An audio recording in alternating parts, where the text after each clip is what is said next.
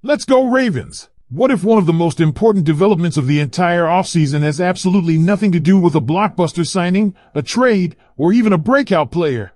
What if it's something happening quietly behind the scenes that most fans aren't paying attention to? Because over the past several weeks, we've seen questions surrounding certain players. We've seen fans wondering where people are. We've seen speculation begin to grow. But at the same time, we've also seen something else happening that could be even more important. A pattern. The same message keeps coming from different people throughout the Ravens organization. Different coaches, different players, different situations. Yet somehow they all seem to be talking about the exact same thing. And honestly, the more I hear it, the harder it becomes to ignore. Before we dive into everything, make sure you hit the like button if you believe the Baltimore Ravens are building something special this season. And I want every optimistic Ravens fan watching right now to leave this comment below. Go Ravens! This team is just getting started. Let's see how many members of Flock Nation believe the best football is still ahead of us. Now here's my opinion. Based solely on what's been discussed, the most encouraging thing isn't necessarily any single update involving a player. It's the fact that multiple people inside the organization seem to be reinforcing the exact same vision. When coaches say one thing and players describe experiencing that same thing, that's usually a positive sign. It doesn't guarantee wins. It doesn't guarantee championships. But it does suggest that everyone may be moving in the same direction. And if that's truly what's happening in Baltimore right now, Ravens fans might be witnessing the foundation of something much bigger than they realize. Let's talk about why this story has suddenly become one of the most interesting developments of the entire offseason. Let's fill the comment section with positive energy because if the signs we're seeing right now are any indication, there may be a lot for Ravens fans to be excited about in the months ahead. The more details that emerge from this offseason, the more it becomes clear why so many people inside the organization keep returning to the same themes. Communication and relationships are not just buzzwords being thrown around during press conferences. According to the information that has been shared, those ideas appear to be influencing how the Ravens are handling situations throughout the building. One of the biggest talking points among fans has been Rashad Bateman. Throughout the offseason, many people noticed that Bateman had not been as visible as some expected. Naturally, questions started to grow. Fans wanted to know where he was, what his status was, and whether there was anything to be concerned about. The speculation became louder because there simply wasn't much information available publicly. But then an important update arrived. According to Ravens offensive coordinator Declan Doyle, a personal matter had prevented Rashad Bateman from participating in OTAs.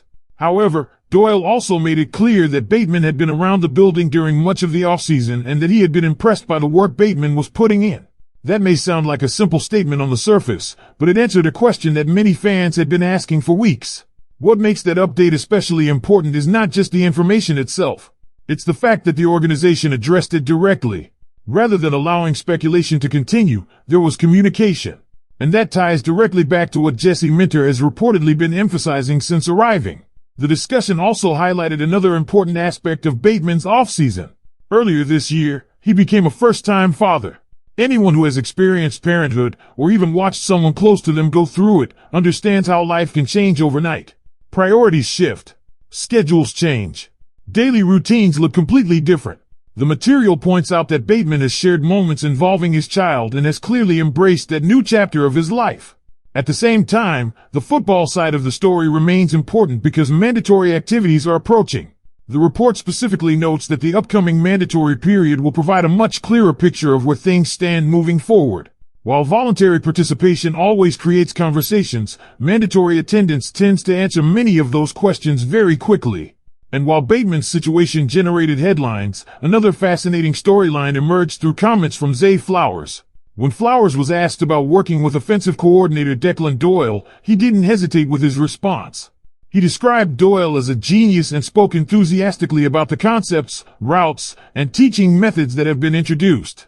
According to Flowers, Doyle brings ideas that he had not seen before and teaches them in a way that helps players understand and remember them without feeling overwhelmed.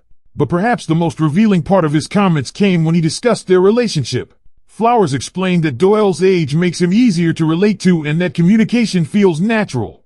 He emphasized that they can talk openly, understand expectations clearly, and build a connection that helps the entire learning process. Once again, the conversation returned to communication and relationships. That is what makes this story so intriguing. We're hearing the same message from multiple directions. A coach emphasizes communication. An offensive coordinator provides transparency regarding a player's absence. A receiver talks about how easy it is to communicate and connect with that coordinator. Different situations, different people, but remarkably similar themes. Whether those changes eventually translate into success on the field remains to be seen. No one can guarantee results before a single meaningful game is played. But when an organization repeatedly demonstrates alignment between what is being said and what is being done, people tend to notice. And based on everything being discussed, that alignment may be one of the most encouraging developments of the entire offseason.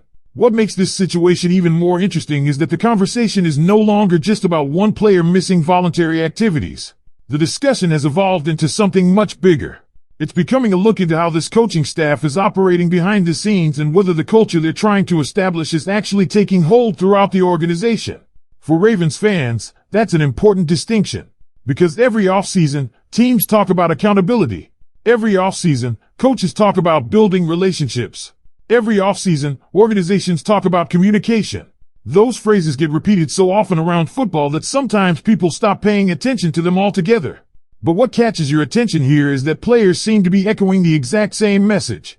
When Zay Flowers described his experience working with Declan Doyle, he wasn't simply talking about play design. He wasn't only talking about routes. He wasn't only talking about football strategy.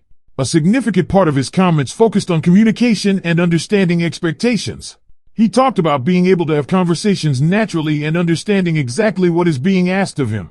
That may not generate the same headlines as a blockbuster signing or a major roster move, but inside a football building, clarity can be incredibly important.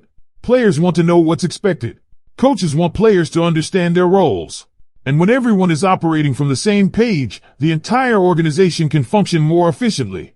At least that's the impression being created by the comments we've heard so far this offseason. Another thing worth paying attention to is how quickly questions surrounding Rashad Bateman were addressed once they started gaining momentum. Fans noticed his absence. Questions started spreading. Speculation began growing. Then the offensive coordinator stepped forward and provided context. Again, that's communication. Instead of allowing uncertainty to dominate the conversation, information was provided that helped explain the situation while also expressing confidence in the work Bateman has been doing behind the scenes. And that confidence may be just as important as anything else. Because when a coach publicly says he has been impressed by the work a player is putting in, that sends a message. It tells fans that even if they aren't seeing everything publicly, work is still being done. Progress is still being made. Relationships are still being maintained. Now, of course, the next major checkpoint is approaching. The report specifically points toward the upcoming mandatory activities as the moment that could provide much more clarity regarding several situations. Voluntary attendance always creates discussion because players have choices. Mandatory attendance changes the conversation entirely. That's when people begin paying closer attention to who is there, how things look, and what the next stage of preparation reveals. And that is why the next phase of the offseason could be extremely revealing. Not because anyone is expecting drama. Not because anyone is expecting conflict. But because this will be the first opportunity for many fans to get a clearer picture of how all these offseason conversations are translating into day-to-day football operations. The most encouraging aspect of everything discussed so far is the consistency. You hear communication from the head coach. You hear communication from the offensive coordinator. You hear communication mentioned by one of the team's most important young offensive players. When multiple people continue emphasizing the same values, it becomes harder to dismiss those messages as simple off-season talk. Now the challenge becomes